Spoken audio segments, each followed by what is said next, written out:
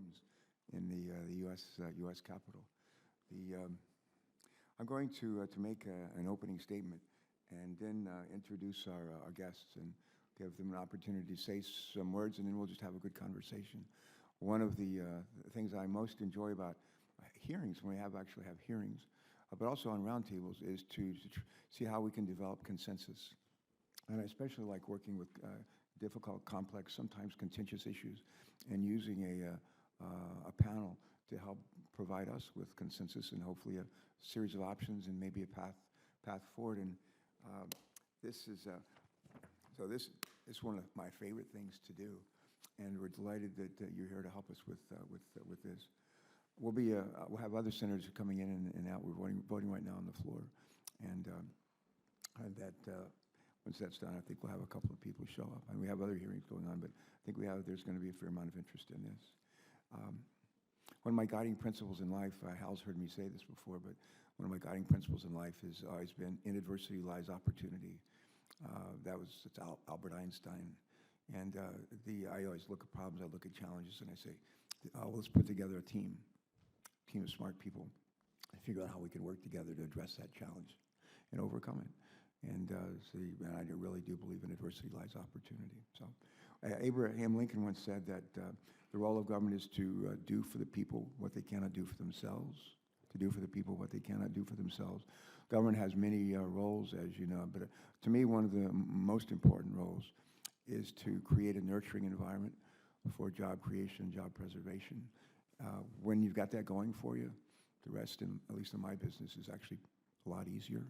So I focus hugely on that. There's a lot of different ingredients to that nurturing environment for job creation, job preservation. But it's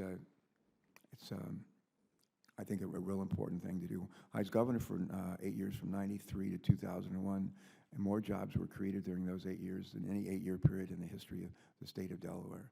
And I did not create one of them, not one of them. And you hear presidents, governors, mayors, legislators talk about all the jobs they created. We don't create jobs. We do help create a nurturing environment with the help of a lot of stakeholders and people. But another critical role of government is to protect public health and to ensure that all of us can pursue those three things he talked about in the Declaration of Independence: life, liberty, and the pursuit of happiness. And luckily, the two are not mutually exclusive. In fact, history has proven that Americans breathing clean air is good for business. And over the last, 40 years or so, the EPA has sought to foster economic growth while ensuring that Americans are protected from life-threatening pollution, including air pollution. In 1970, our President, Richard Nixon, nobody ever quotes Richard Nixon. Nobody ever quotes Richard Nixon. I'm going to quote Richard Nixon today. I think I'm the only Democrat I've ever met who quotes Richard Nixon. Richard Nixon used to say, the only people who don't make mistakes are people who don't do anything. Isn't that good? The only people who don't make mistakes are people who don't do anything. So thank you, Richard Nixon. We also thank you for signing legislation creating the Clean Air Act. 20 years later, George Herbert Walker Bush would sign legislation amending it. And together they provided a framework to curb air pollution in America, as we know, while also providing the flexibility to ensure that our economy would continue to grow. And it has. And when Congress voted on the expansive update of the Clean Air Act 27 years ago, even Senator Mitch McConnell, my colleague, supported the change, saying, this is his quote: "I had to choose between cleaner air and the status quo. I chose cleaner air." Close quote. In the Navy, when people say or do things that we really approve of, we say, bravo, Zulu. So I would say to that quote from Mitch, bravo, Zulu. But I agree with what he said then, and it's just that simple. For decades, though, some have claimed that the Clean Air Act has raised costs for consumers and hurt our economy, but the facts tell a different story. History has shown that since 1970, aggregate emissions of common air pollutants have dropped by over 70%, while the U.S. gross domestic product has grown by almost 220%. That's a threefold difference. Total private sector jobs created by over 100% during the same time period. And put another way, the Clean Air Act benefits outweigh the cost of regulation by a margin of some 30 to 1. And when you talk about a return on investment, that's a pretty good return on investment. Today, our economy is undergoing a clean energy revolution, and that has not happened by accident. Over the last 8 years, starting with the recovery that followed the Great Recession, the federal government has provided economic incentives and environmental targets to encourage investments in clean energy of the future. All told, some $500 billion have been invested in the clean energy sector over the past decade, and today our country is a leader in exporting clean air and clean energy technologies. Thanks to our investments, consumers are paying less for energy, and jobs are being created here at home to keep up with the demand. In 2016 alone, I think 1 out of every 50 new jobs added in the United States was created by the solar industry. And I'm told there's something like 3 million jobs in our country now that are involved in clean energy, sustainable energy, and energy conservation. And we added about 70,000 more of them last year. I was born in West Virginia. My dad was a coal miner when he was young, right out of high school. And we now got about 75,000 coal mining jobs in the country. And I think we have an obligation to help the coal miners and the folks that are being displaced in that industry. But those numbers are, I think, pretty stark. But after 8 years of smart economic and environmental policies, most of our country has largely rebounded from one of the worst economic downturns in history, certainly in my lifetime, and probably the lifetime of all of us. We enjoyed today lower energy costs at the meter and at the pump. And while clean air protections that protect public health and our climate have been implemented, all while adding 16 million new jobs. I think it's the longest running economic expansion in the history of the country. And it's still going, it's still going. Today we'll hear directly from businesses about some of the innovation that's been fostered and the economic opportunities that have been created by the Clean Air Act protection. Our current EPA administrator likes to quote Yogi Berra, who famously said, "The future ain't what it used to be." And left to their own devices, I fear that this administration's actions could very well ensure that's the case, with the dirty, maybe a less prosperous future ahead. But walking away from the Paris Agreement and other climate and clean air protections, I believe, is not just irresponsible. I think it's irrational. And saying that you have to do so for the good of the American economy is just not true. It's blatantly false. This administration's tired arguments against clean air protection reminds me of another quote from Yogi Berra. It's deja vu all over again. That Yogi is pretty good, wasn't he? Each time our country, well, another real quick Yogi Berra didn't know much about foreign relations or anything, but one day, he was a Yankee catcher, and one of the guys on his team came into the dugout before a game started and said, Yogi, what'd he say? He said, oh yeah, I think it was Belfast. He said, Dublin. Dublin has just elected a Jewish mayor. He said, did you hear about it? Dublin has just elected a Jewish mayor, Yogi. And Yogi said, only in America. So, each time our country has faced difficult environmental challenges, we're told by some in the industry that the costs of addressing those challenges are too steep, that economy would grind to a halt, that prices would skyrocket for consumers, that the sky would fall. But it hadn't, and it still hadn't. In fact, when we've risen to the challenge, American ingenuity has kicked in, and we've protected our environment and public health and done so at lower costs while creating additional new jobs. And rather than scrapping forward-looking standards and cutting the EPA's budget by more than a third, we ought to be looking at ways to continue to drive American innovation. We should be fostering new economic opportunities in distressed communities that may still be dependent on the old world energy order. Harry Truman once said, I love this quote, Harry Truman once said, "The only thing new in the world is the history we forgot or never learned." Think of that. The only thing new in the world is the history we forgot or never learned. And the history of clean air protection in this country I think, are perfectly clear. Moving our country forward cannot mean going backward on clean air and climate rules. Anyone who tells us otherwise has either not studied history or is not interested in getting to the truth. So again, we welcome our roundtable participants today. We thank you all for joining us and for your thoughtful perspectives. We look forward to hearing what you all have to tell us. And once you're done with that, we'll have a rich and fulsome conversation that hopefully will enable us to provide an even more nurturing environment in our country for job creation and job preservation for a long, long time. All right.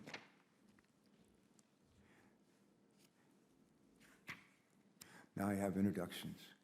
And these are the cliff notes.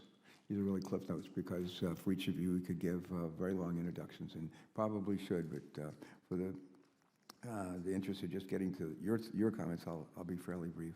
But I want to welcome Hal Harvey, who is our CEO of Energy Innovation, a San Francisco-based energy and environmental policy firm. Energy Innovation, I've had the privilege of visiting them before and being at an Aspen Institute seminar in Africa that Hal was good enough to put together, and maybe someday in the future to go to another one in another country with my colleagues from the House and the Senate.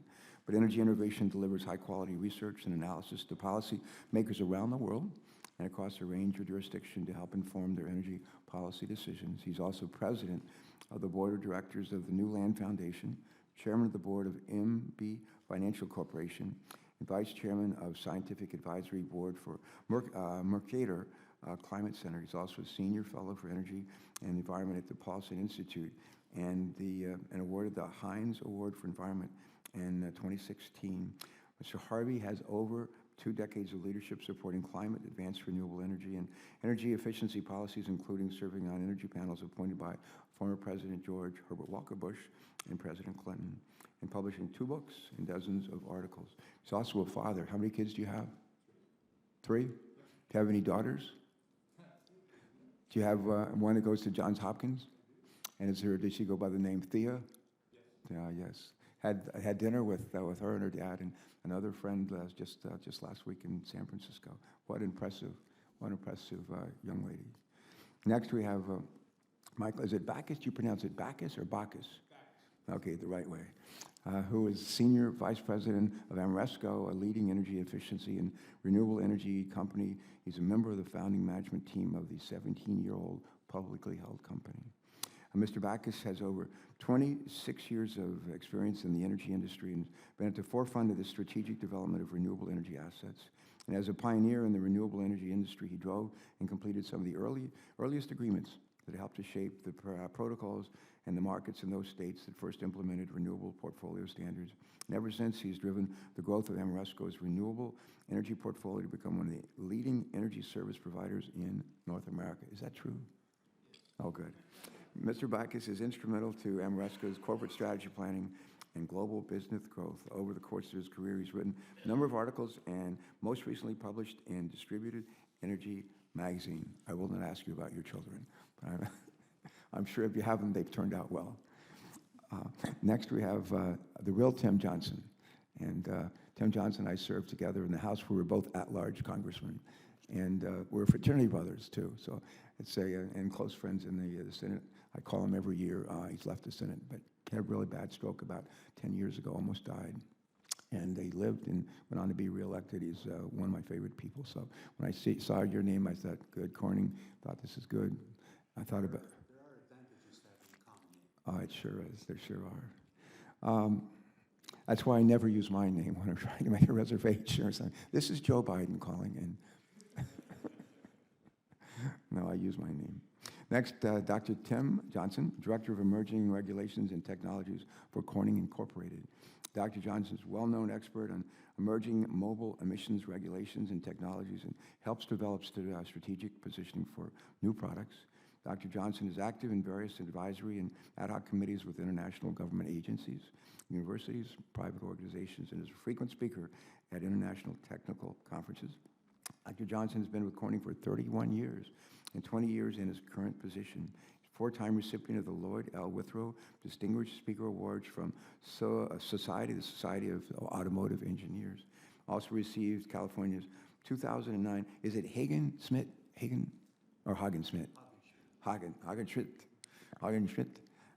Clean Air Technology Award, an Irish award, I would say, Bob. He's on the editorial board of 3 leading engine journals and recently served on the National Research Council Review Committee of the U.S. Department of Energy 21st Century Truck Partnership Program. And finally, batting cleanup for this remarkable panel, where you have Dr. George Howard, co-owner and board member of, is it Innovatus Solar. Innovatus Solar is headquartered in South Bend, Indiana, and has become one of the leading solar development, design, construction, and supply companies in the Midwest. As part owner of Innovatus, Dr. Howard has been engaged with the Innovatus team since 2006 and been a pivotal force behind the company's solar energy focus. Dr. Howard is also Professor Emeritus in the University of Notre Dame's Department of Psychology and has spent his career researching assertion training, communication skills, interviewing skills, teaching improvement, and social skills. But we could all learn from you, I bet. At least I could. Oh, I understand. His credentials include work as faculty fellow for the Riley Center for Science, Technology, and Values, the Kroc, is that like it, Ray Kroc? No. Institute for International Peace Studies and the Institute for International Initiatives. Dr. Howard is the author of more than 200 publications. Gosh, that's a lot. Including The Stand of Shensky and the Hydrogen Economy, Creating a Better World. All right, I've said enough. And why don't we just stop there? And I'm just going to ask Hal if you'd like to lead us off, and we'll just get this baby going. Thank you all for coming. What a great panel. We're looking forward to this. Well, thank you, Senator Carper. It's a treat to be here and slightly intimidating to be amongst this august crowd. You started with a famous American troika, life, liberty, and the pursuit of happiness. We were not posited life or liberty or the pursuit of happiness, and nor should we be forced with a dilemma of clean air or jobs, or clean air or prosperity. These things go hand in hand. It was a Republican, Hank Paulson, who knows something about the economy, who recently said you cannot have a healthy economy without a healthy environment. They rely on each other. And you pointed out at the beginning that it was 2 Republican presidents who signed the original Clean Air Act and then the subsequent Clean Air Act amendments. I would submit as a possible troika for energy policy that every single American wants energy that's reliable and affordable and clean, and they come together, and with that comes prosperity.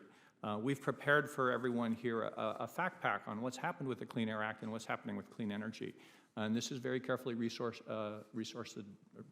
material.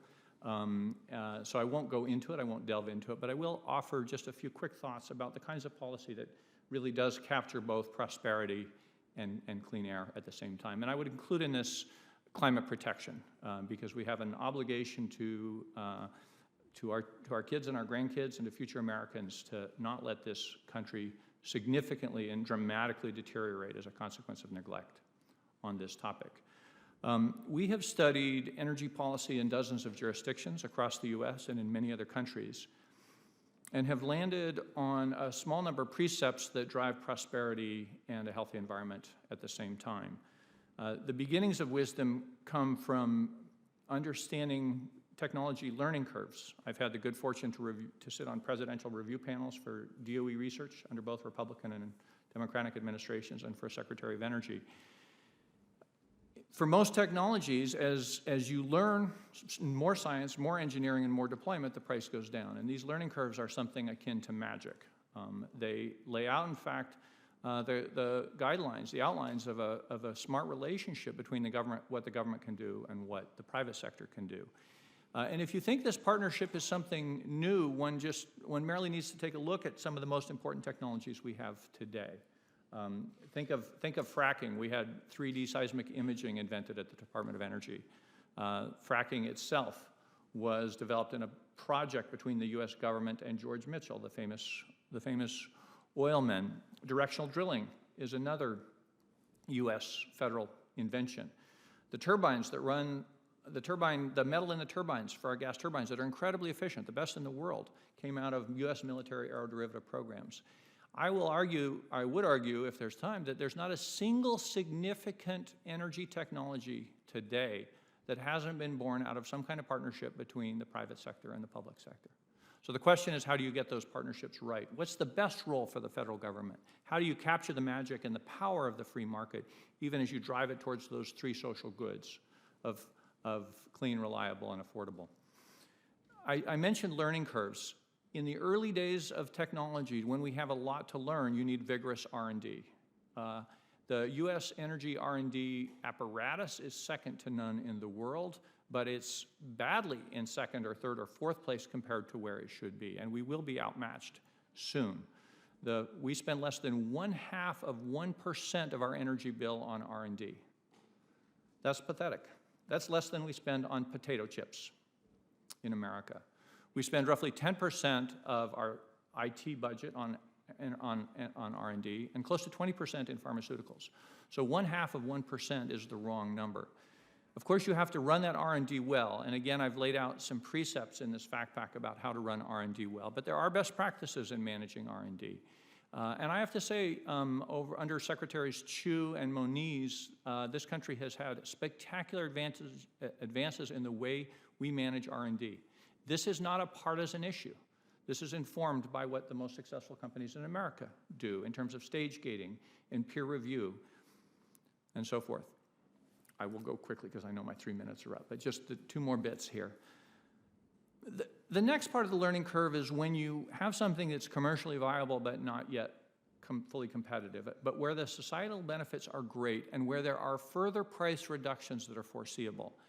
And these benefits can be captured by strong performance standards. A performance standard is an energy efficiency standard for a refrigerator or a building code or a fuel efficiency standard for a car.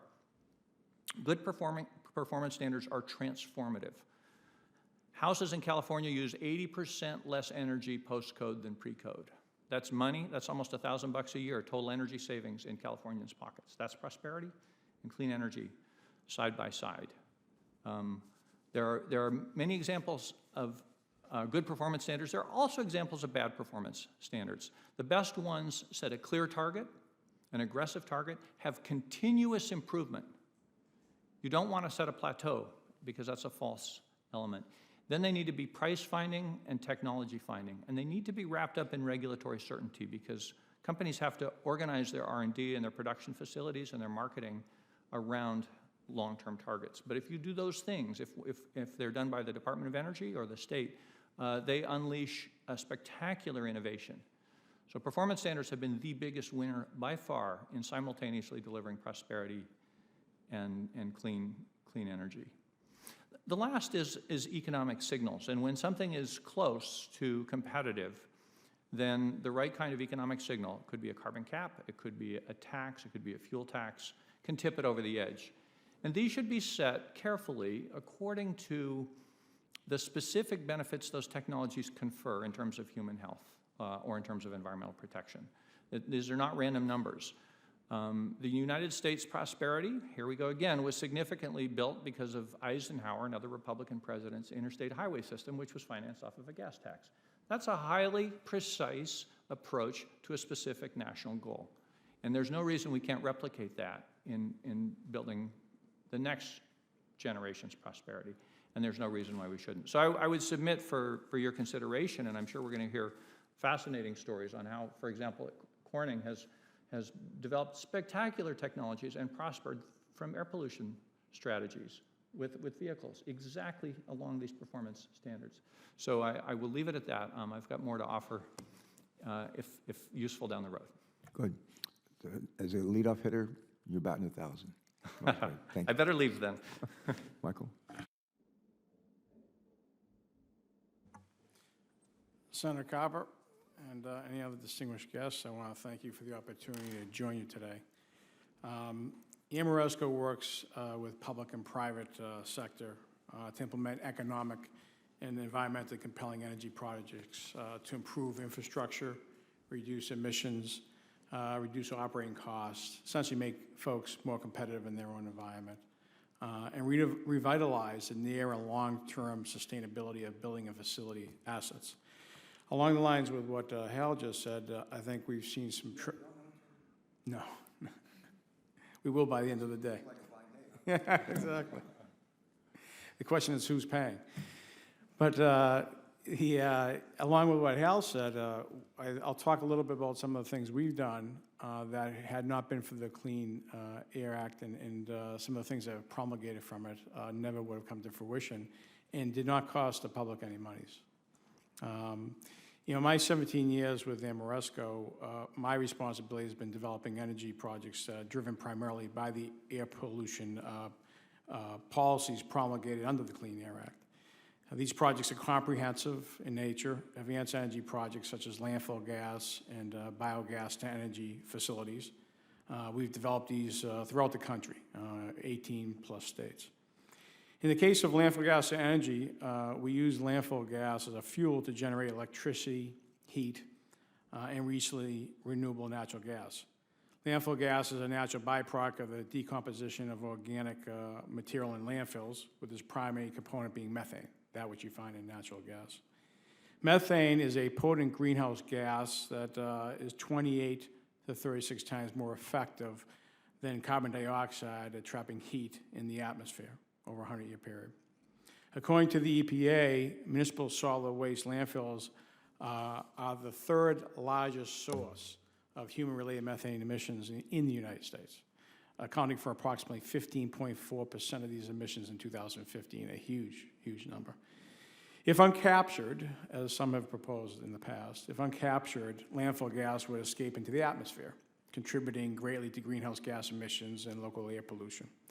Through the development of these projects, we've been able to turn this harmful source of wasted energy, if you will, into a beneficial source of renewable energy that displaces fossil fuel for the benefit of the local community. And I'll give an example along what Hal was talking about, where a project did not cost the government any money, just the opposite, it actually saved private enterprise capital. In South Carolina, Ameresco constructed a landfill gas energy plant that provides renewable energy to BMW Manufacturing Corp. I believe they produce about 1,000 plus new cars there a day. This landfill was about 9.5 miles away. And as publicized by BMW, the landfill provides about 50% of their total energy requirements for their campus. And it's reported by BMW to reduce their operating costs by $7 million a year. They put up no capital. It was third-party investment.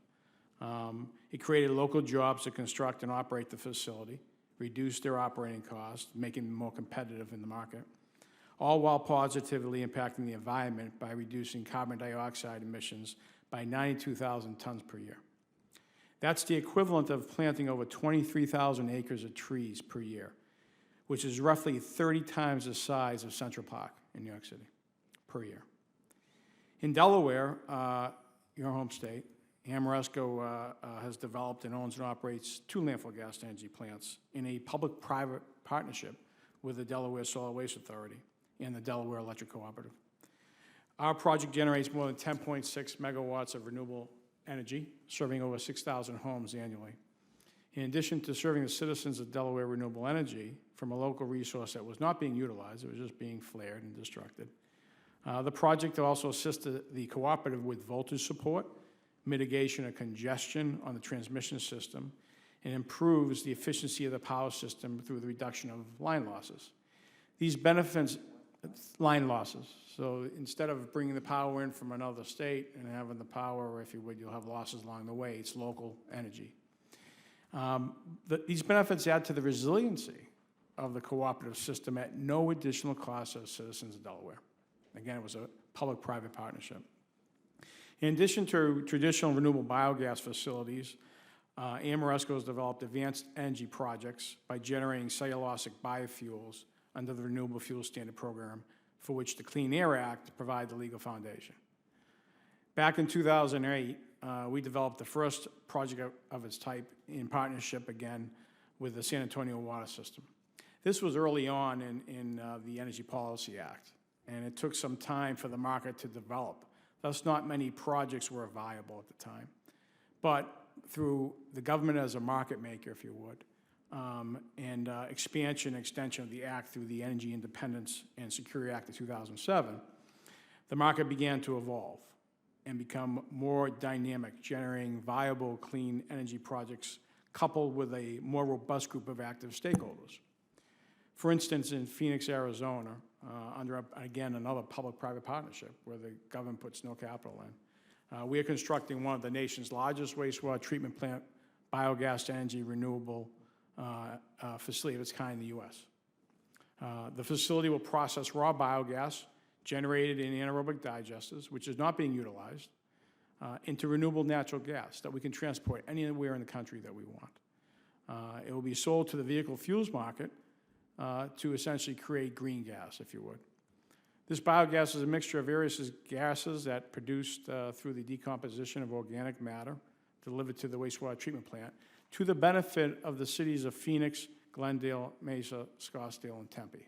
Again, the municipalities put up no capital, but they enjoy the benefits of maximizing this wasted resource. In addition to generating great economic benefits for the municipalities, as well as other significant infrastructure and economic benefits, the project is expected to reduce carbon emissions by nearly 45,000 tons per year. That's the equivalent of removing over 70,000 cars off the road per year. Again, at no additional cost to our partner cities. In total, the legal foundation provided under the Clean Air Act has allowed Ameresco to develop renewable biogas facilities that represent over $500 million in capital investment in local communities, nearly 2,000 plus jobs created, over 1 million tons of carbon dioxide emissions removed from the environment, which is the equivalent to removing over 21 million barrels of oil per year, combusted. Again, adding to security of supply in the states. Millions of dollars in energy cost savings to both the public and private stakeholders. They're doing this, they're able to use green energy and reduce their costs. And millions of dollars in revenue generation for municipalities, all through public-private partnerships that did not require any investment by federal, state, or local government. In summation, Ameresco has seen firsthand how the Clean Air Act has been the backbone for the deployment of advanced energy solutions, which has created new opportunities to support highly skilled jobs, while investing in local infrastructure, transportation, and manufacturing for both the public and private sector. We believe the Clean Air Act can spur innovation, as Hal had just mentioned earlier, while delivering economic and environmental benefits to the local communities, its citizens, its businesses. So obviously, we urge Congress for its continued support of the Clean Air Act, and we obviously appreciate the opportunity to describe the benefits today. Thank you. Thanks. We've been joined by, in the back of the room is by a fellow, when you said carbon, I thought usually when people pronounce carbon like that, I ask him, what did he say? He could understand what I was saying. He can explain. I think he was talking the Eddie, I was, Senator Mark, I was asking Mary Frances Repka right behind me. I said, when I walked in and sat down, I said, do you have my back? And she says, always. But it's nice to know you have it too, so. Tim Johnson, this is the real Tim Johnson. Right here, right here.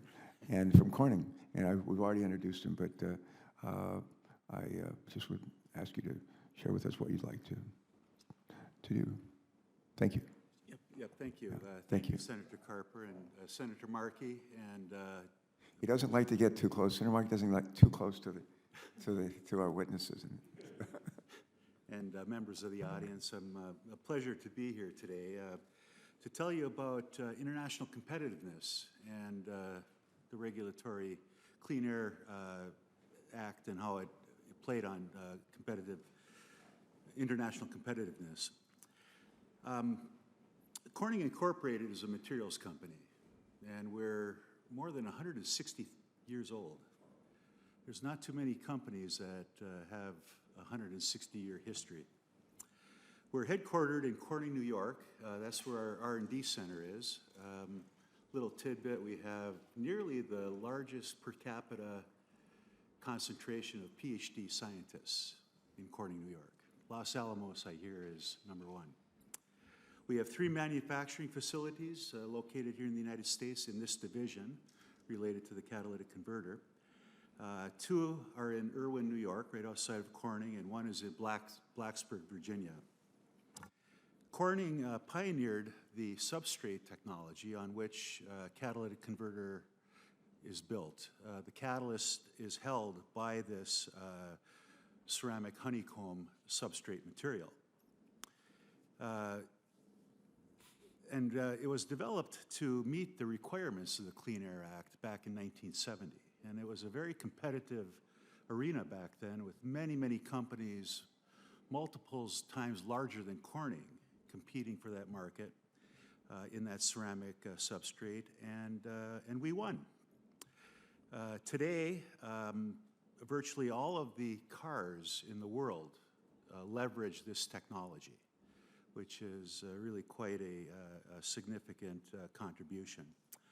My role at Corning, I've been doing my job for 21 years, and I travel all around the world, attending conferences, talking to people, collecting information, and then disseminating it as a way of promoting clean air and the industry.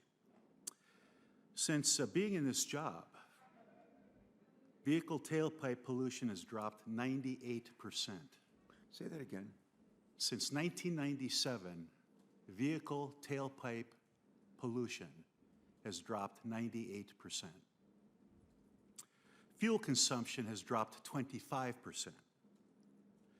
And car price relative to wages is down 25%. And as you all know, if you've ever driven an older car, performance, durability, and features have markedly improved. So the auto industry and the truck industry has really made significant strides moving forward. Today, consumers pay only a small percentage of the total cost of a vehicle to make them this clean. It's something like less than 5% of the sticker price of a vehicle goes into emission control equipment, on that order. And the technology is there to go even further if we wish. In some aspects, the modern day cars, particularly the diesel trucks, this might be a very unusual statement to be making, but they actually clean the air of pollutants. The particulates concentration going into the engine are higher than the particles coming out of the tailpipe. The more you drive a modern diesel vehicle, the cleaner the air gets.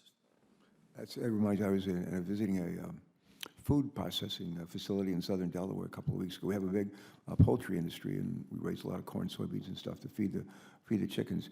But this one poultry processing plant was having an issue with the permitting for the wastewater that they put back into a stream or whatever.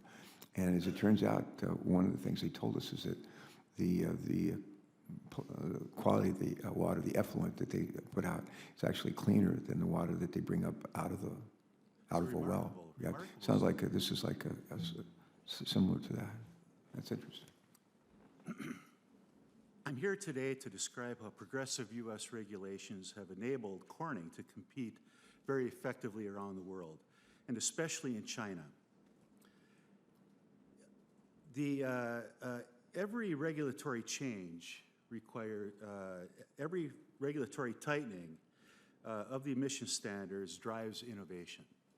And China is about 10 years behind the United States. So their technology is 10 years behind that of ours. As an example of one of our recent developments, we're implementing Tier 3 regulations now in the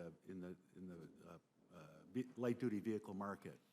We're in our first year of a phase-in. This is another 80% cut in pollutants. We've introduced a new substrate that is 35% lighter and heats up quicker. It drops emissions by 10 to 20%. It's not easy to make, but drops emissions 10 to 20%, and the remaining 70 to 80% comes from engine and catalyst development. Our regulations here in the United States are about 10 times tighter than they are in China.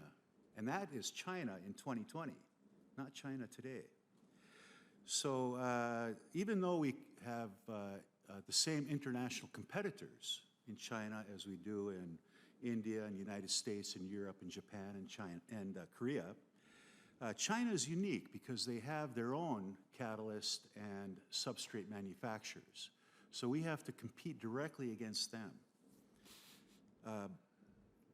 But this lead time offered to us by the Clean Air Act and the subsequent amendments has given us a significant technical advantage.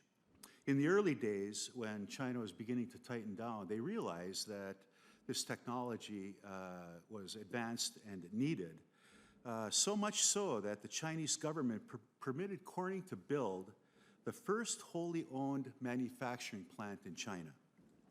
This was more than 15 years ago. 15? 15 years ago. All other plants had to joint venture with Chinese companies, not ours, because of the significance of this technology. Despite significant government incentives given to the Chinese competitors, still today they have only a small fraction of the market in China. And that is to the domestic Chinese auto companies, not the international players. Chinese regulations will tighten again in 2023, going beyond Europe. So China will have tighter regulations than Europe, and even the United States in some regards. Incredible. And this will require new technology. With Corning's jump on product development and innovation, we're quite confident that we'll meet this regulation, of course, and keep our advantage in the markets around the world. The U.S. Currently still has a leadership position in vehicle emission control. China has modeled most of its enforcement and compliance regulations around those of ours here in the United States. They've modeled it after us. Today, 70,000 high-quality U.S. jobs to supply emission control equipments are in the United States as a result of the Clean Air Act, 70,000. And this brings in $20 billion in revenue. And the advantage to society is hundreds of billions per year. So thank you very much for listening. Thank you so much. Thank you. Thank you, Jim. George Howard, please. Welcome. Thank you.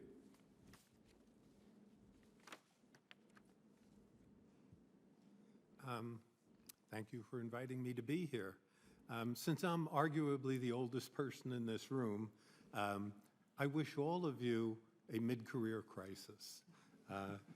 And if it's anything like the one I experienced, it is really a wonderful surprise of what a mid-career crisis can do for someone.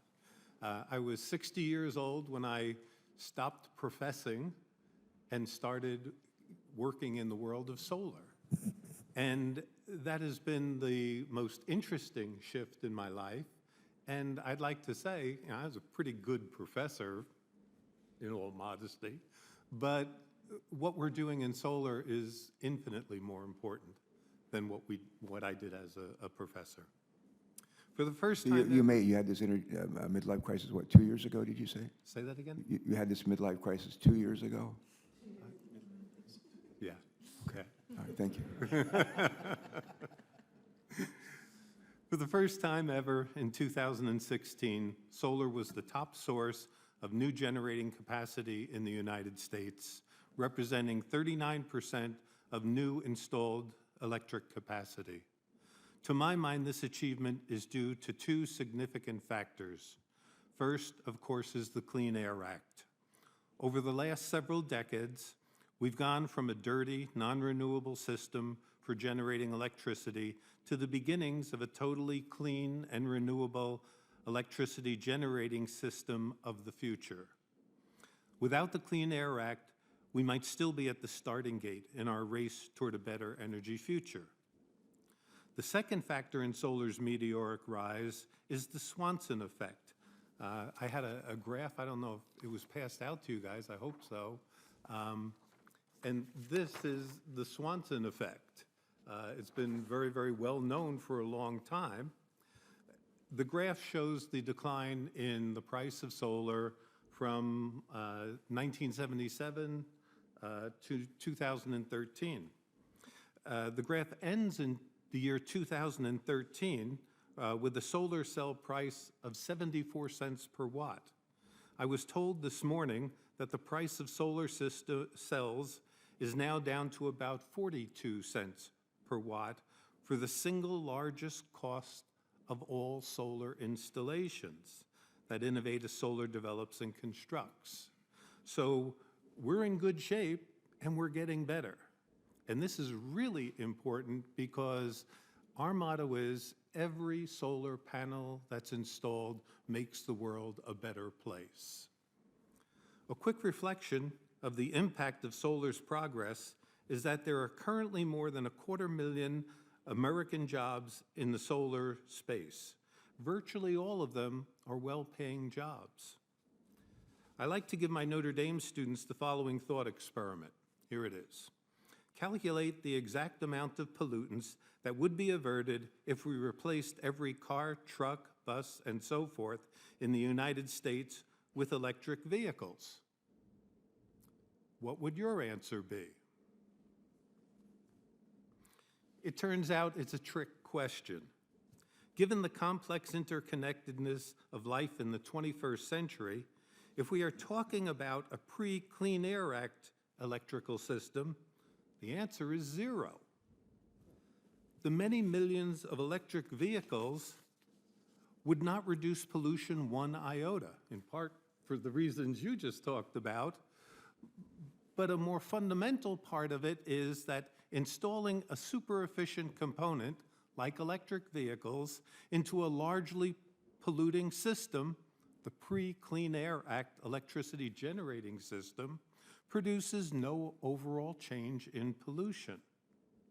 However, when a super efficient component, like electric vehicles, is paired with a non-polluting energy generation system, that is, the staggering improvements in our grid due largely to the Clean Air Act, the overall system potentially averts all pollutants. Or consider our government's improvement in the domain of energy efficiency. We've talked a little bit about that. Those improvements develop symbiotically with the improvements spurred by the Clean Air Act. One final example, taken from the solar world, and I'll be done. There are tens of thousands of brownfield sites and Superfund sites spread across this nation. They are residuals of earlier unsustainable business practices. In most cases, brownfields are now unusable pieces of land. While solar produces totally clean electricity, there are materials and space that are required to produce this manna from the sun, this miracle. The EPA would love to put brownfields to some productive use. The handout, which is on the back of this thing, is entitled, "Who Wouldn't Want a Silk Purse?"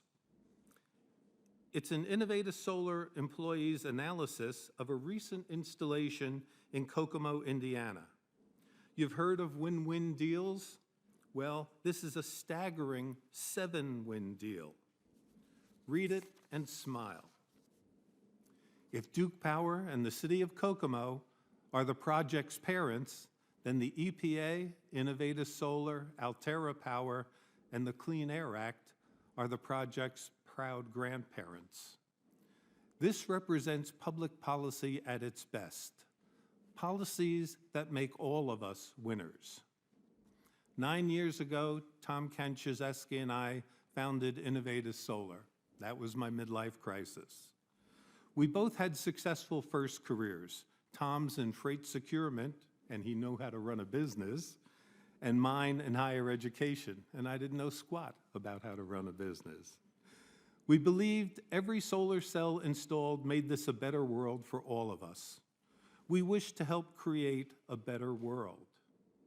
Innovative Solar is now has 45 employees. Our sweet spot is working with utilities on multi-megawatt installations. But we take on special initiatives also. Reclaiming brownfields is one such push. Working with nonprofits like institutions of higher education is another. The Clean Air Act provided the soil where companies like ours might flourish. Thank you, Senator. Thank you so much. Thank you so much. I'm going to just ask, start things off for maybe how you'd like to kick this off with. Just pick something that one of our other 3 guests has said that you thought was maybe profound, maybe not, but something just really noteworthy and just a great aha, a great takeaway for us. Just pick something, maybe a couple of things that you heard from your colleagues. Delighted to. Let me. I once asked this question to another witness, and he was, I can't think of anything they said. Who are these gentlemen? So I want to start with Tim Johnson's story about the automobile. 98% reduction in conventional pollutants. It's a pretty spectacular story. And I'm going to submit a motto that comes out as a result of this. Strong standards make strong companies, right? If you have a good building code, you get good buildings. If you have strong tailpipe standards, you get clean vehicles. And it's not just that they attached something. They had to rethink engines. What's the engine out pollutants? What about cold starts? What about throttle excursions? They managed to go upstream and downstream of the catalytic converter to rethink the propulsion system of the automobile. And they're doing the same with diesel engines. Strong standards make strong companies. Let me give a counterexample too, because this is really instructive. From Henry Ford to Gerald Ford, cars got about the same fuel mileage, 10, 15 miles per gallon. When OPEC brought this nation to its economic knees in 1973, Gerald Ford signed into law the Corporate Automobile Fuel Efficiency Law, another Republican signing another really important law. This doubled fuel efficiency in cars from 13 miles per gallon, if you can imagine, to 26. And then we went to sleep again. For 25 years, we did not increase fuel efficiency standards. And then under President Obama, they are now doubling again. If instead of Gerald Ford setting the number of 26 miles per gallon, he had set an improvement rate of, say, 3% a year, we would have saved $1 trillion that we sent to countries that do not especially like us, right? We forfeited our national security, we forfeited our economic security because of a one-sentence misdraft in that bill. And the policy lesson, the first one is strong standards make strong companies. The second one is demand continuous improvement. Don't do these plateaus, because plateaus equal stagnation. The other cost to America for that plateau was that we didn't have to compete in thermodynamics and engine efficiency against the Germans and the Japanese, and they didn't slow down. And so we bankrupted 2 out of our 3 auto companies because our technology, bluntly, was way behind. I chaired a technology committee of a presidential commission for automobiles, and I went and visited those companies, and I did the same in Japan.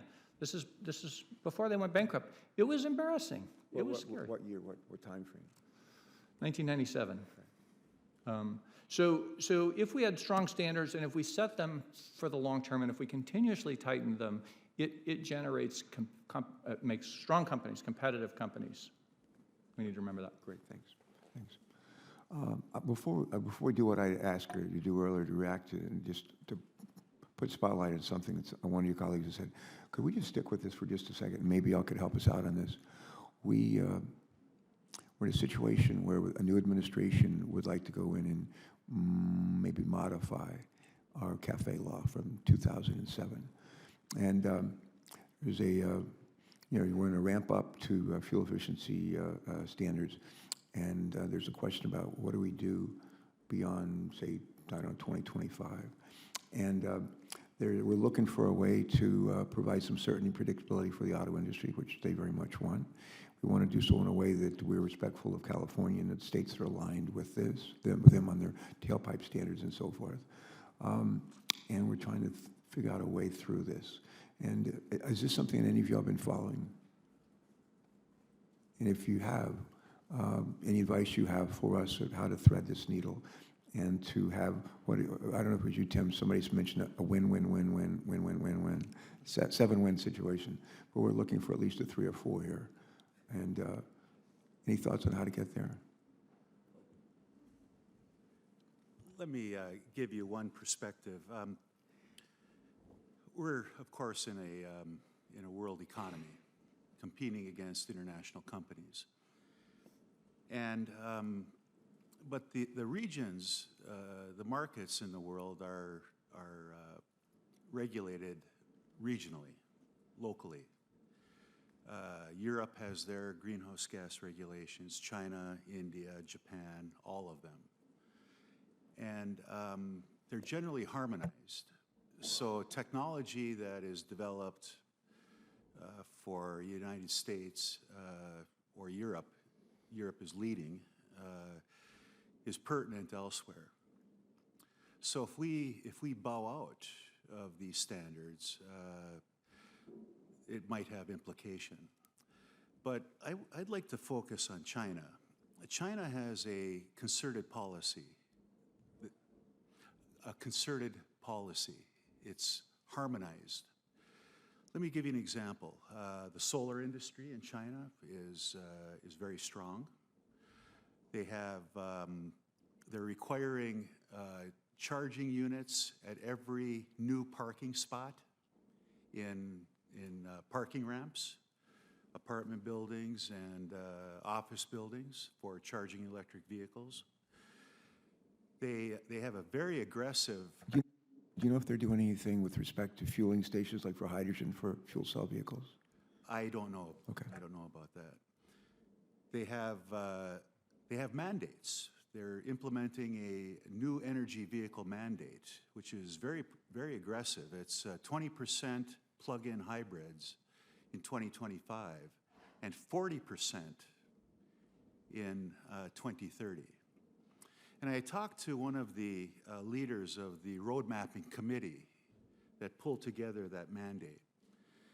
And I said, you know, you could meet the same requirement because of the grid. The grid in China is evolving and is based quite heavily on coal. So you can meet your green, pardon me? I am not sure. Very heavily. Yeah. Like 60, 70%? 60, 60, 70% would Okay, be my thank guess. you. So why are you implementing a new energy vehicle mandate? And he answered in a way that made a lot of sense. He said, well, we're importing a lot of our oil, so it's an energy security objective. Of course, it's a pollution objective with the polluted cities. And it's a jobs issue. And I thought, okay, well, you could meet your energy security objectives by tightening down on the CAFE requirements. You could build jobs in China based on the auto industry. And the cars today are quite clean. If you turn over your fleet, you'll have 90% reduction in emissions. So you solve all these problems. And they said, one thing you're forgetting, and that is that our Chinese domestic auto companies will never catch up with the Americans, the Germans, the Japanese, the Korean auto companies in the conventional technologies. We believe in China that we can leapfrog these companies in the electric vehicle and sell the world our electric vehicles, in addition to the components that make the electric vehicles. So they're pulling together a strategy that involves their transportation network, their grid, their long-range trains, high-speed train, because you can't, electric vehicles have limited range, and the tax incentives. All these things are being pulled together to leapfrog the West on electric vehicle technology. So as we pull more and more away from standards that drive this technology, we lose significant advantage in doing so. Could I Please jump in. follow up on that a little bit? Undoubtedly one of you sat there and said, what the hell is a psychologist doing talking about clean air? What has that got to do with psychology? I think our biggest problem is our lack of cognitive flexibility. When you are in complex situations like we're in, oftentimes the rug gets pulled out from under you. Just a couple of quick examples. I can't go into them too much in depth. One is efficiency. It's great, yeah. If we had a totally solar energy system, why would you want to be efficient? Efficiency is no longer a virtue because the energy you produce doesn't cost you anything. It's free from the sun. And it produces no negative side effects. So suddenly, efficiency, which was incredibly important for us for many, many, many decades, doesn't have the same, well, we have a hard time making the cognitive switches like that. I mean, you know, a diesel engine is an air cleaner? Give me a break. A modern Yeah. Well, my father would have, you know, rolled over in his grave thinking about that. What we've got to do is learn to think more quickly, to change old commitments that we've had. But it's very difficult for people to change their basic core commitments. That's why we have so many problems when we change administrations, because their core commitments are so radically different that it's almost a dichotomous move where what used to be up is down, what used to be black is white. And so I think what we need to do is refine our way of thinking about things. You know, when I hear the comments about, well, the, what's the thing we just pulled out of? The Paris Accords. Yeah, you know, why? Well, the reason that's given on television is because, well, it allows China to burn more coal than we could. As if what we want to do is burn as much as they do. I mean, that's utterly ridiculous. But we let people get away with saying things that used to be true, which are no longer true because the world has changed, and it's changing at an accelerating pace. Okay, great. All right, Michael, let's go. Can we go back to my original question then that Hal answered? And I'll not ask that question of Tim and George, but something that you heard from one of the other witnesses that you thought was just really memorable, profound. Yeah, Great takeaway. I want to use the word profound because I think historically it's something that's been proven time and time and again. I think George and Hal hit upon it, and Tim. You know, I view government support as, if you would, market makers. I used that word before. They help set the platform to inspire some pretty intelligent people across the country to drive innovation.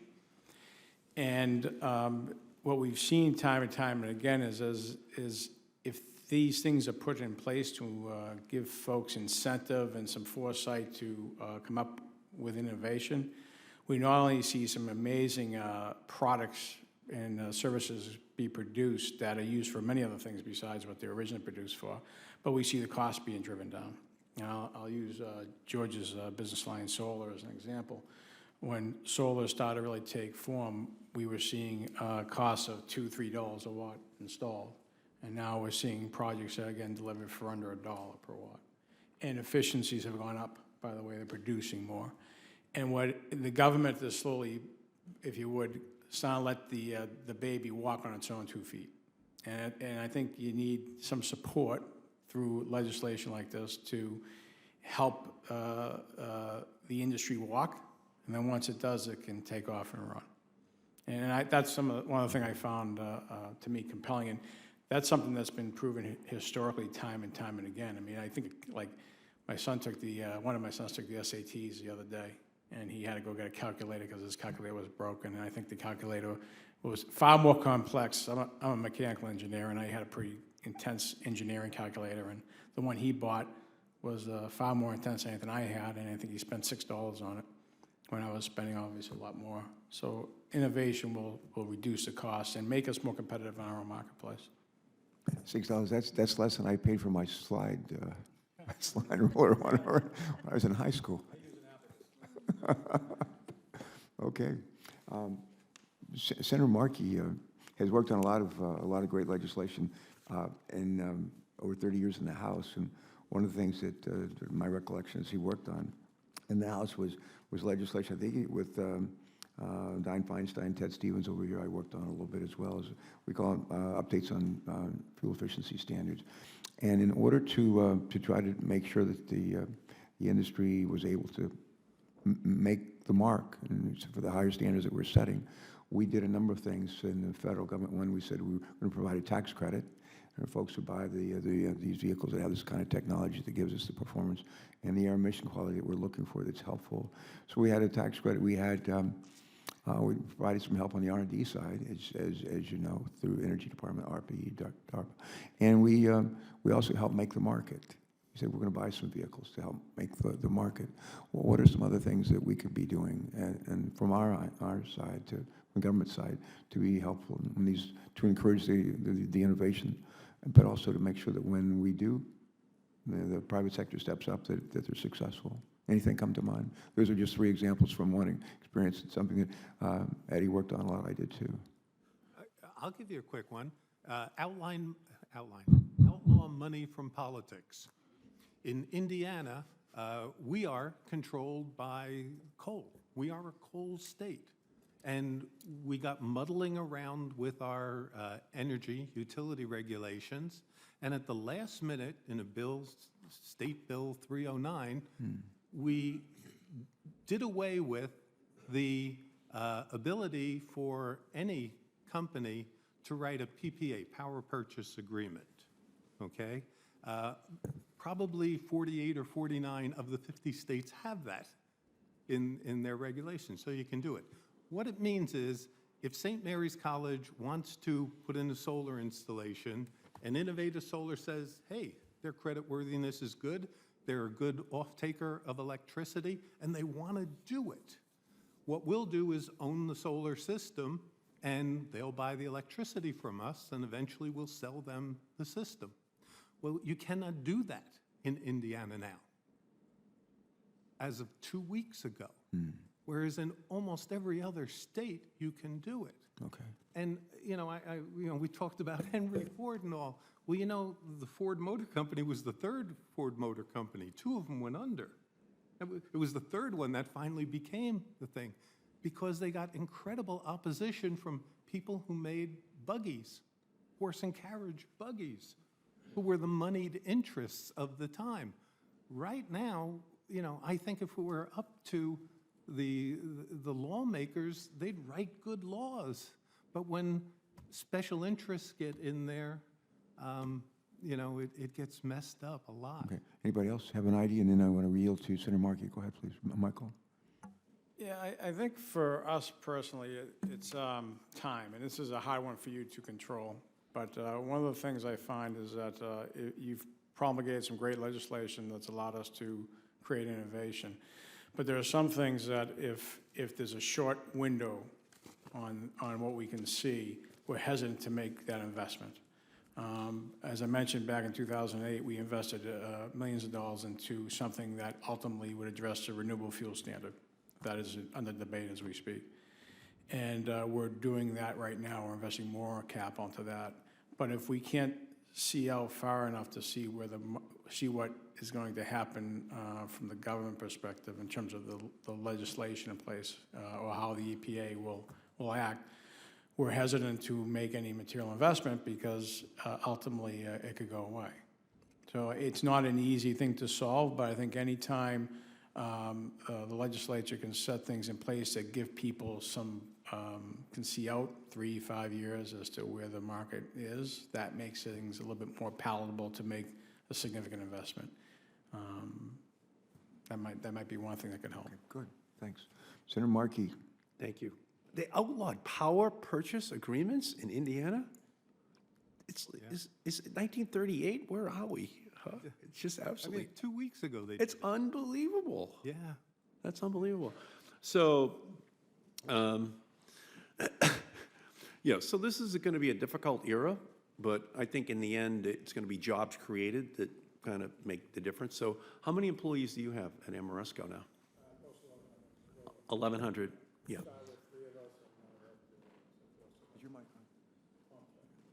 Yes, we started, there was about 3 of us back in 2000, and now we're well over 1,000. Yeah. Well over 1,000, yeah. And we now have 100,000 clean energy related jobs in Massachusetts. 100,000 people are working in it. It wasn't even a sector 15 years ago. No, as a matter of fact, in 2001, Massachusetts was the first one to enact the RPS. And we were actually the first ones to negotiate the first renewable energy credit purchase agreement under that legislation. Yeah. So we created our own renewable electricity standard, the goals for the state, and then all of a sudden, there are companies that could hire people to respond to it. And of course, we don't have any coal miners in Massachusetts, so that was a good way of creating energy jobs in our state. And now it's now in the top 10 employers in the state, clean energy jobs. So Amoresco is one success story, but we have other companies with thousands of jobs. But 2.6 million clean energy jobs in America. You just take Massachusetts being 2% of the country and extrapolate that out, and it's a sector that has been created pretty much in the blink of an eye. But as you're saying, it's almost like the cell phone. No one had a cell phone in their pocket in 1993. It was the size of a brick. It cost 50 cents a minute. It was analog. No one had one except a CEO who was going to the Himalayas and wanted to stay in contact with the home company, okay? But that's just the way it was. It was Gordon Gekko, but nobody else who had one.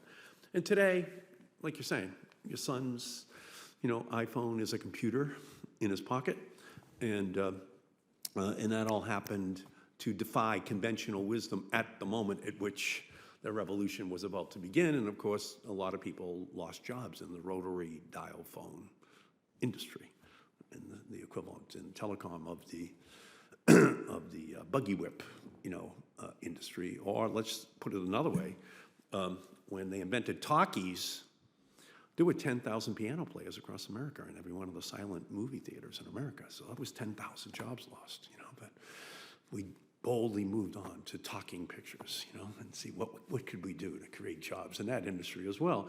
So that to me is, a perfect example. And you, Mr. Johnson, from Corning, not 1 foot of fiber optic had been sold as of 1983 in the United States. But then we broke up AT&T, and because of that, Sprint was able to get in.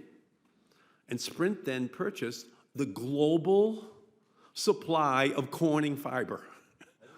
Yeah, the global supply of global, and the fiber optic movement was on. And then how has that transformed? Has that killed jobs in the copper industry? Well, I guess to a certain extent, but how many more jobs have been created because we have this flexible, digital, almost unable to completely consume, capacity which a fiber wire provides in terms of all of the various different things that it can be used for, including the management of electricity in buildings and in government buildings and in homes, right? Without fiber revolution, you don't have, Amoresco able to kind of make proposals to people. So each revolution begets the next one. That's really what it's all about, unless you can pass a bill in Indiana in 2017 to prohibit innovation, prohibit companies from being able to get investors to come in and say, we're going to move forward. So if you could, Mr. Johnson, talk a little bit about what Corning is doing to meet kind of the needs of the automotive industry going forward in the future. I know you have Gorilla Glass, which you've developed for the iPhone. So how can that be repurposed for the automotive industry? Well, that's a good question, Senator, and thank you very much for it. We're, like I said earlier, we're a materials company, and we're on the cutting edge of developing new materials for all kinds of applications. We don't make equipment. We don't make machines. We make components for machines. We make the fiber optic for the telecommunication network. We don't make the network. We make catalytic converters for catalytic converter substrates, not the full catalytic converter for automobiles. We developed the diesel particulate filter and now the gasoline particulate filter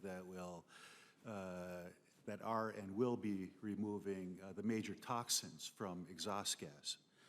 With regard to Gorilla Glass, as you might know, is a relatively old invention that sat on the shelf for a long time, waiting for an application.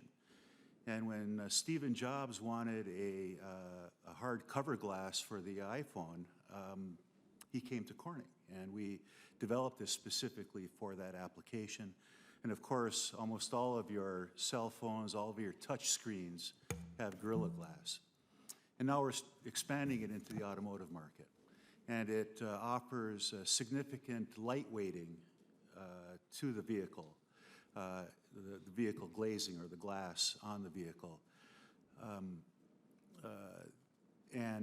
We're finding Considerable weighting, did you say? light weighting. Lightweight, yeah, you can reduce the total weight of the car by using Gorilla Glass. Yes. And therefore increasing the efficiency, the fuel, you don't have to put as much oil into the gasoline tank.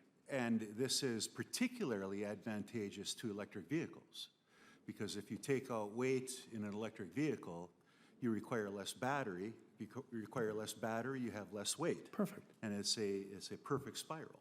perfect. So we're entering into that market, and of course our R&D is very active on looking at the next generation of batteries. In fact, I'm here at a DOE conference, a scientific conference aimed at transportation systems, and that gets me into the question that Senator Carper asked: What can you do here on Capitol Hill to push initiatives forward? And I have to say that every technological advancement, I don't care if it's a pencil or a plastic cup or a microphone, has the foundation in basic research. The understanding, the fundamental understanding, materials, our earth, energy. And I was astounded by Hell's comment that a fraction of a % of the energy revenues go into R&D. I couldn't believe it. He said more is spent on potato chips than on energy research. It's literally true. It's just incredible, an incredible statistic. And this is really unacceptable because all of our technology is based on fundamental basic science. I'm not talking about applied research that occurs at companies. I'm talking about basic research that occurs at the national labs and universities. If it's not done there, it will not be done. Well, what the president is proposing is to pretty much zero out the money for ARPA-E, to zero out the money for research across the board in the energy field. And we know that the Chinese are putting in like 300 billion, and ultimately it will all get branded made in China, you know, if we just follow this course. And we'll deploy it in America. We'll have it here the way we have our television sets, the way we have other devices. We'll just unfortunately have to get used to it. But it's an avoidable economic catastrophe, you know, but if you don't invest in your own research in your own country, that's the inevitable result. Mm-hmm. Yes. Just left off for a couple quick comments. By the way, there's an article in today's New York Times by Keith Bradshaw about China's commitment to clean energy. It's breathtaking, or breath-giving maybe. It's worth a read, both for the positive and negative aspects of this story. But they're building one U.S. grid worth of zero carbon energy in the next 13 years. So fathom that. So jumping to your point, though, about maybe call it artificial ceilings on the potential for clean energy. We just sponsored a study. It is now cheaper to build from scratch a wind farm in Colorado than simply pay the operating costs of an existing coal plant. Yep. So that's a threshold that's been crossed. And when those kinds of cost curves are crossed, you can have rapid and dramatic change. But I also say whenever you have a grown-up technology, you get grown-up enemies. And the status quo interests are fighting back. And there are two threats in particular that are worth some attention in this chamber. One is that wholesale markets for electricity, which are federally regulated, are becoming kind of a forum for people who are trying to keep renewable energy at a low level. They're devising new rules to... In the wholesale electricity market? Correct. And by the way, the independent system operators and wholesale markets are typically nonprofits, and they're regulated by FERC, but they're governed independently. So for example, one of them now says you cannot bid into capacity markets unless you can turn on your power system 24/7. So that makes wind and solar unable to. And whose proposal is that? I believe that's PJM, which is the largest power pool in America. And that's before, and that, so that's Pennsylvania, Maryland, and. New Jersey. New Jersey, yeah. It's I can get you the particulars on this, so don't quote me on this exact, but this is a real problem. And I need to give a quick mention about the potential for change in this. The other area that you should be aware of, though, and probably are all over, Energy Secretary Perry has launched a secret or internal-only review of whether or not renewable energy poses a systemic national security threat to America, to our grid. He has no outside experts on this, and it's being done without any public participation. And the Energy Secretary does have power under federal law to declare a national security emergency and put caps on things. This has never been used system-wide. It's only been used to fix specific parts of the grid. But there's a great deal of worry amongst the industry about this, and this is the kind of thing that would merit some close oversight, Yeah, I think. So, can I have one more minute? Yeah, thank you. Yeah, so, yeah, I created the wholesale electricity market in the 1992 Energy Act. It was kind of a big moment because I was waiting for Senator Bennett Johnson from Louisiana. Every year, and I always waited for his play at 2 a.m. in the morning on the conference committee because I knew it was something that was going to help the utility or oil and gas industry from Louisiana. So I decided I'd have something waiting at 2 a.m. too, that I had signed up, my side to back. And so what he wanted to do was change PUCA, the Public Utility Holding Company Act, which prohibited American utilities from building power plants, let's say in India or other countries. That's where they wanted to go. So, so I waited. Then I had my amendment, which said, I agree with you, Senator. We really need competition. America should be able to go to India. But shouldn't we be able to have other power suppliers be able to go to Louisiana and provide renewables or others? They bring it in from a distance and they wholesale wheel it in. And he hadn't thought about that. So it was about an hour later, and I had the votes to kill what he wanted on the House side. We were not going to recede to the Senate position. And so we created the wholesale market in 1992 so that you could come in from out of region and they couldn't block you, and therefore at a distance you could actually theoretically have wind or solar or other renewables that could come in. So that was a big change.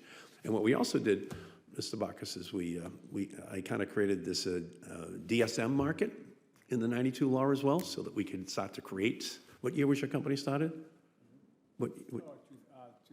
Yeah, so it was to kind of create this whole demand-side management industry, but you had to change the laws in order to kind of encourage it. But as you're saying, it was not without tremendous opposition from the utilities and from others, huh? So we're in like a long twilight struggle, but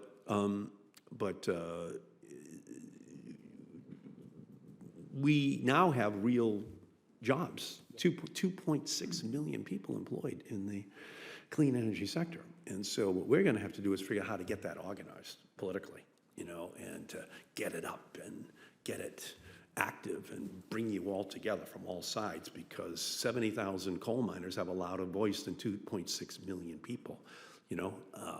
Honestly, last year there were 137,000 roofers and electricians up on roofs putting in solar, right? That's all it is. It's just it's a blue-collar job. Twice as many people were doing that as mining for coal. The new coal mining is up on roofs, right?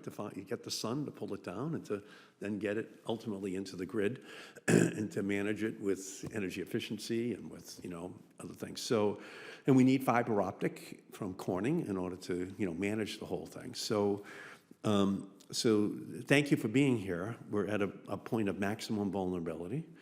And but now, when you think of how we would go like 5 years before we made another breakthrough legislatively, But now we've made them all, which creates a panel that can have people saying, we can, get this done for you. So, thank you for all your great work, and please, stay close, because we're going to need you. The chairman is leading our efforts here to kind of put together a coalition that can be successful in beating back all the initiatives. But they're going to be at FERC, They're going to be at the Department of Energy. They're going to be at the EPA. They're going to go to the ITC to try to change the rules with regard to importation of solar panels. They're going to be everywhere with the president who will be nodding with approval. So, but if you stick with us, I think with the chairman's leadership, we have a real great chance of kind of protecting almost everything that we've already won. Thank you, Mr. Chairman. Thanks, Senator Mark, and thanks for your great leadership. And he and I served together in the House a long time ago and worked on things together. It's just a joy to have him in the Senate and be able to partner up again. It's a great source of inspiration. Do y'all remember a number of years ago when we had a big problem, certainly up in New England, Massachusetts, but also in Delaware with acid rain? And there was a lot of debate about what to do about it. And somebody, I give the credit to the administration of George Herbert Walker Bush. I don't know if that's correct, but give him, thanks again, Ed. I give him a fair amount of credit, his administration credit, for coming up with a way to address it and use it in a market-based approach.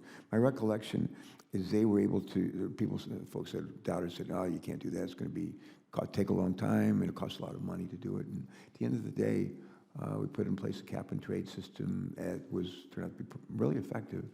And about, I want to say maybe half the cost, about 1/3, 1/4 of the time. Pretty amazing. And we have, in a new day, we have RFS fuel standards, and we have, in my own state, we have a company, DuPont, who's invested hugely in this, and our government's done a fair amount.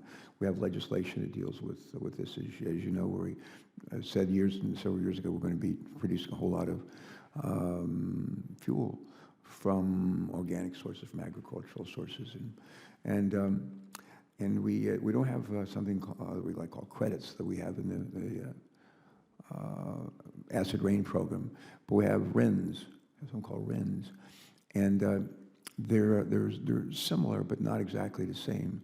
But we have had a real challenge, and in my state it's difficult. We have a big constituent, big employer is DuPont. They've made large investments in this, and we also have an oil refinery that is impacted because the price of RINs. And this is an oil refinery that doesn't own. There are a bunch of service stations, gas stations across the country. They're like there's a term for it, but they're like what's the term? Pardon? Merchant. Yeah, they're like a merchant. I call them merchant refinery. But as the price of RINs goes up, it puts them at a real disadvantage. And this is one that I don't expect you to be able to jump in and say, help us solve this one. But at the end of the day, we're looking for a win-win, so that the folks at DuPont and other companies like that are going to full speed ahead on RFS and using plants, things that we grow to create some of our energy. But at doing it at the same time, trying not to put these merchant refineries out of business. And if y'all have any immediate thoughts, I would welcome them. If you don't, I'll go right to another topic. But do y'all have any thoughts there? And I think the question sort of around there's a buying and trading of RINs in a way folks who really aren't in the refinery business. They just want to make money on trying to do things in the marketplace with RINs. But go ahead, please, Michael. Well, I think the RFS does a great job and has been doing a great job as of late to, again, spur innovation to develop projects that create the RINs. And we're doing quite a bit of that right now. And, in Delaware alone, I mentioned the landfill projects, for example. We're looking at locations where we can take that landfill gas that's being flared and convert it actually to an RNG that would generate RINs for that local, state, in which some of those refineries could purchase it directly or, quite frankly, invest in the projects. We're seeing finally, we did our first one in 2008, and it's taken some time for the market to evolve. And that's what I was saying. If you have some foresight on what, 3-5 years out, you can make those investments. As far as the switching the obligation, because I think that's what's on the table right now. Yes, it is. Is from the importers or the refiners down to the blenders. I think there's a lot of challenges in doing that, which both sides have their position. I think, you know, you're going from 1 to 200, say, refiners to 1,200 plus blenders. Very hard to administer. Question on how you can do bilateral agreements and finance these projects at grade the RINs when you're working with, say, the blenders versus the refiners. And then just if that happens, you could have, again, a paradigm shift that stalls the market for a while, which would stall innovation in creating these type of projects. Mm-hmm. Okay. We'd like to follow up with you on this if we could. Yeah, Yeah, sure. thanks. Thanks a lot. For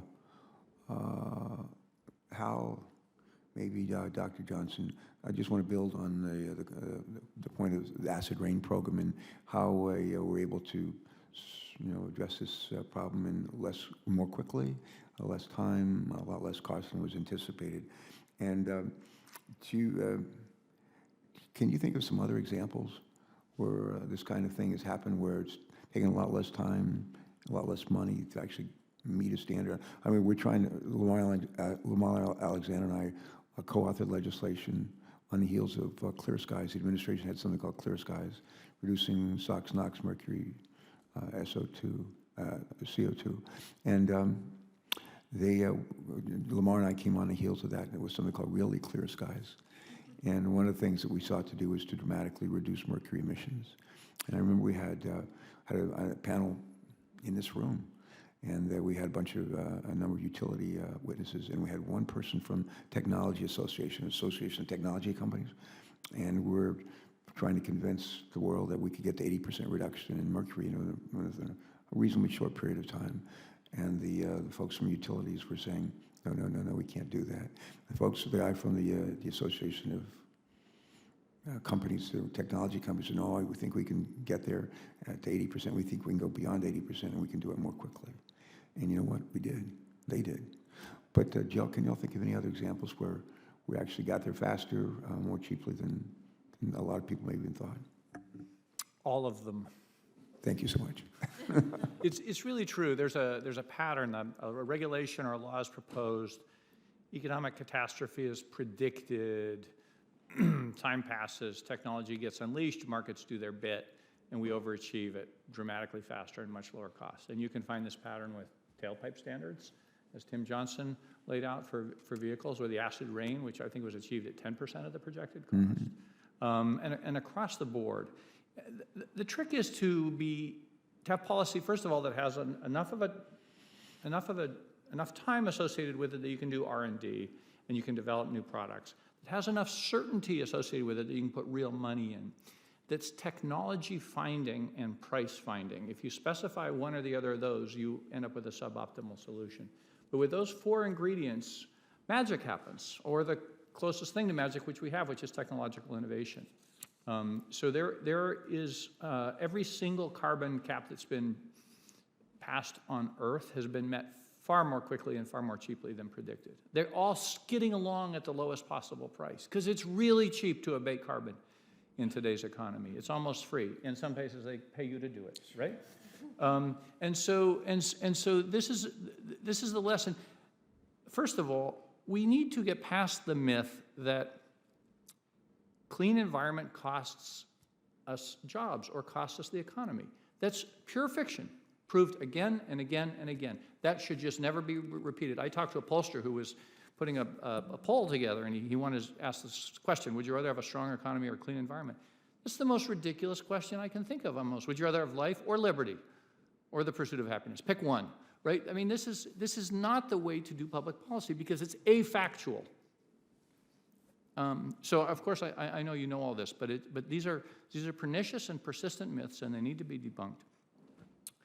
Repeatedly, again and again, when you put those conditions, long time horizon, continuous improvement, regulatory certainty, technology finding and price finding, then you can make things happen at just dramatically lower prices and with dramatically positive economic benefits.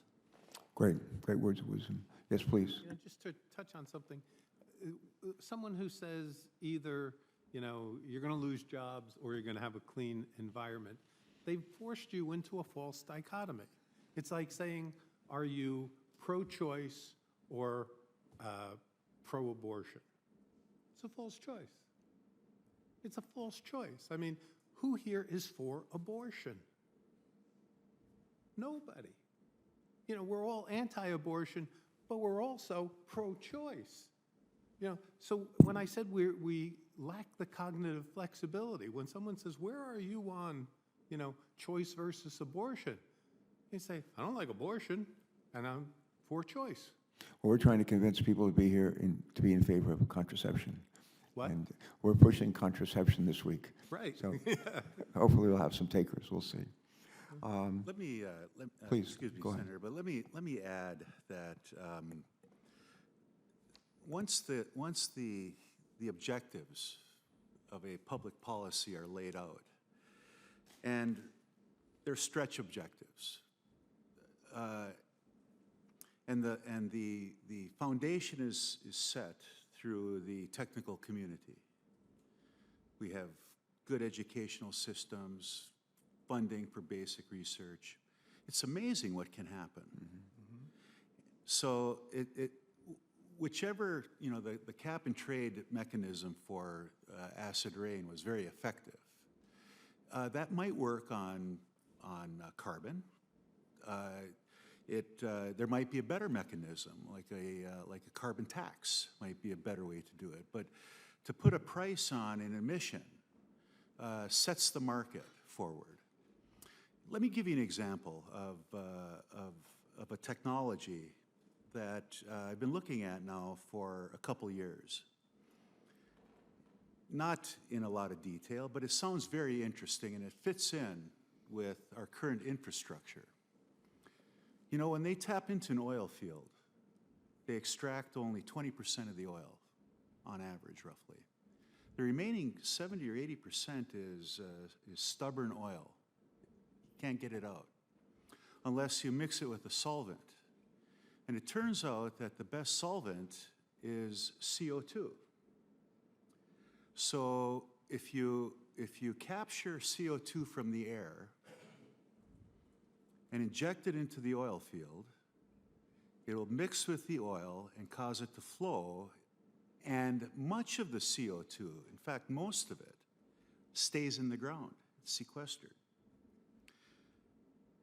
So much so that when you burn the oil, on average, about 70% of the CO2 released from burning that oil effectively stays in the ground due to the CO2 used to extract it. It's called enhanced oil recovery, CO2 enhanced oil recovery. And this is a technology that where all the pieces are available today.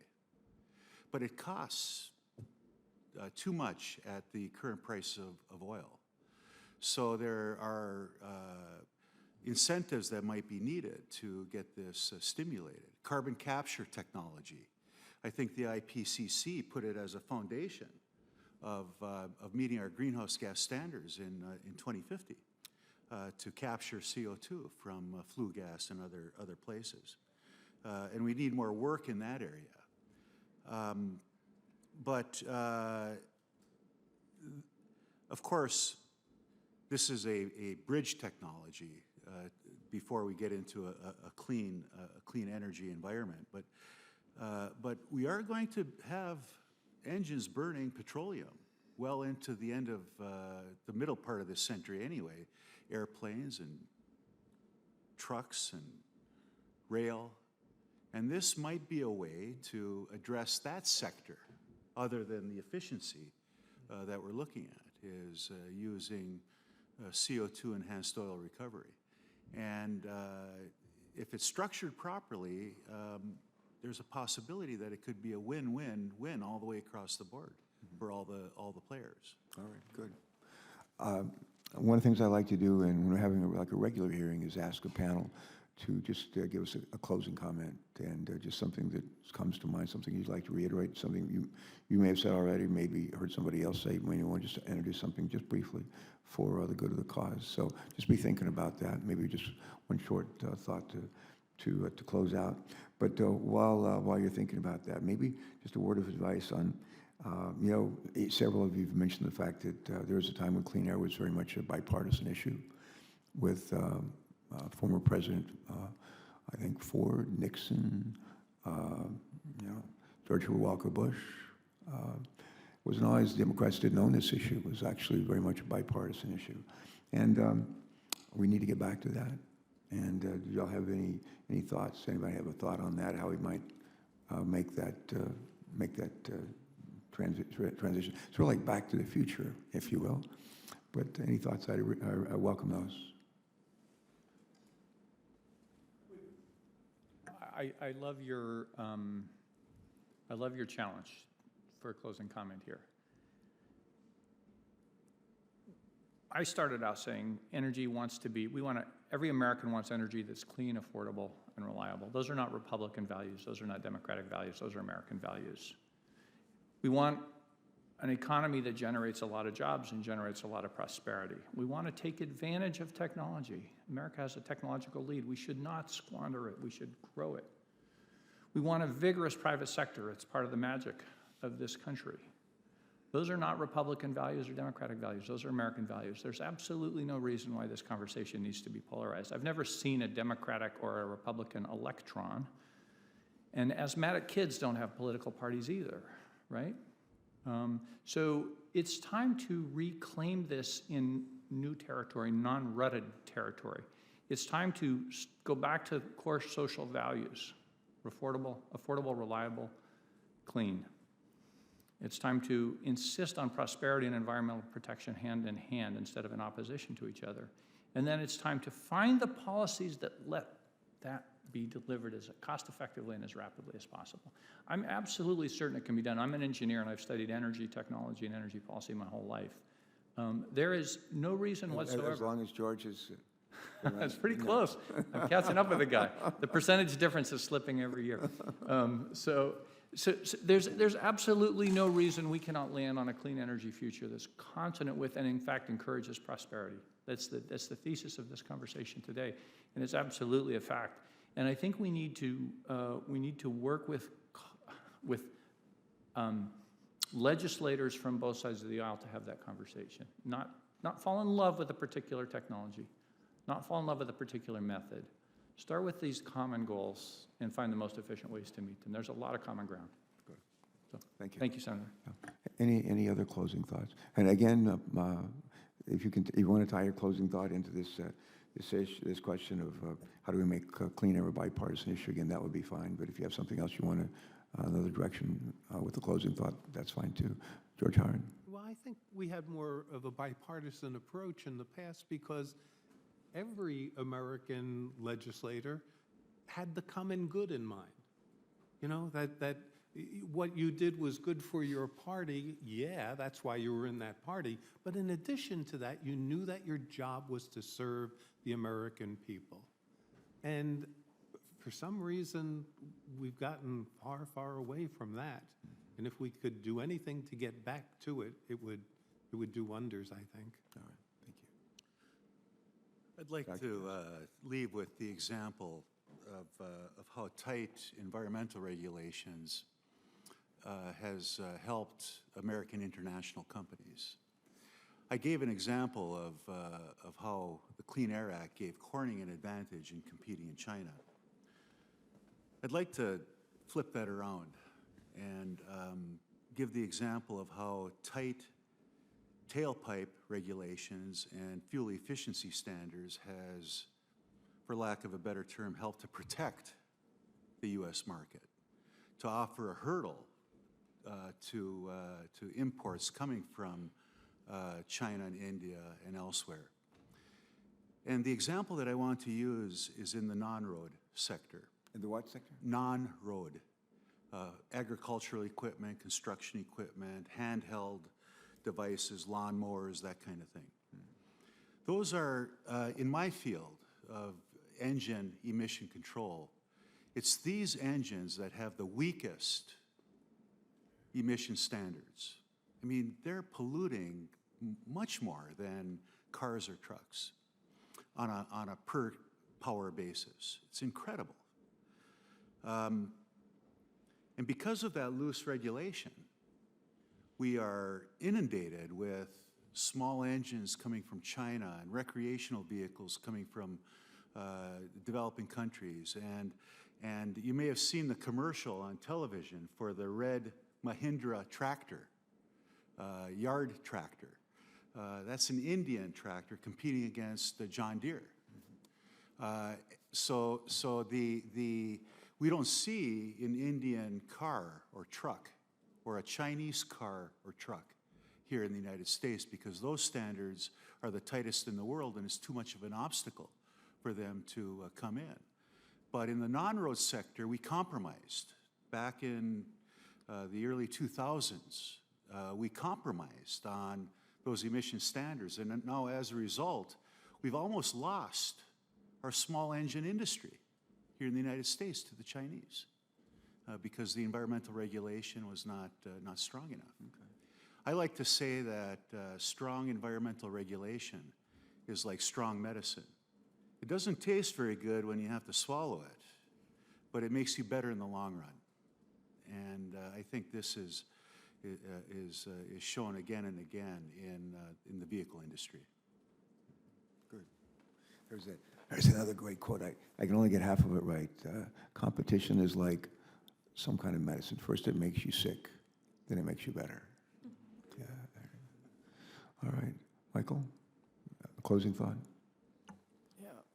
I think the walkaway for me is, again, if you look historically through public-private partnerships, there are many ways for, through these standards that have been created, to see innovation that will actually not require public funds to implement, that will reduce operating costs of both the private and public sector. I gave an example where BMW was saving over $7 million a year, while positively impacting the environment and improving resiliency and security of supply.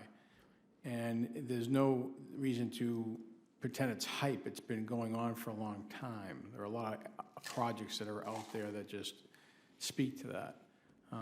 We did a project, matter of fact, even with the government, the Hill Air Force Base, where we brought landfill gas to their facility. They co-generate electric and thermal, reducing their emissions through the use of renewable fuel, increasing security of supply by using a local fuel at their plant through third-party monies. The government put no capital in. So how is that a bad thing? And this is all clean technology. That would not have happened had it not been for the Clean Air Act. So I think that's the way I would just leave it. Okay. And I want to thank you for the opportunity to talk a little bit today about this issue. Well, we could not have four better witnesses. Heard a song on the radio this morning, driving to the train station, Gotta Find a Witness. It's a great old song. And I think we found four good ones. And we're grateful for that. Just grateful for what you do with your lives and helping us find the middle here, use some common sense, create some jobs, clean up our environment. It's a sweet spot. And we knew how to do that not so long ago, and we're still doing it. We're still doing it, although some days we make it difficult for ourselves.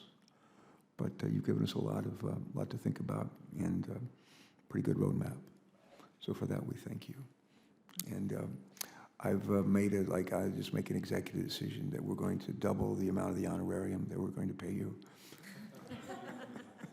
for being here. I'm told by Laura Gilliam, who helped put this together, that we don't have any problems, any ethics problems with my doing that. So I would like to keep this pad of paper. it's yours. Our thanks to all of you. Thanks so much. God bless. Thanks.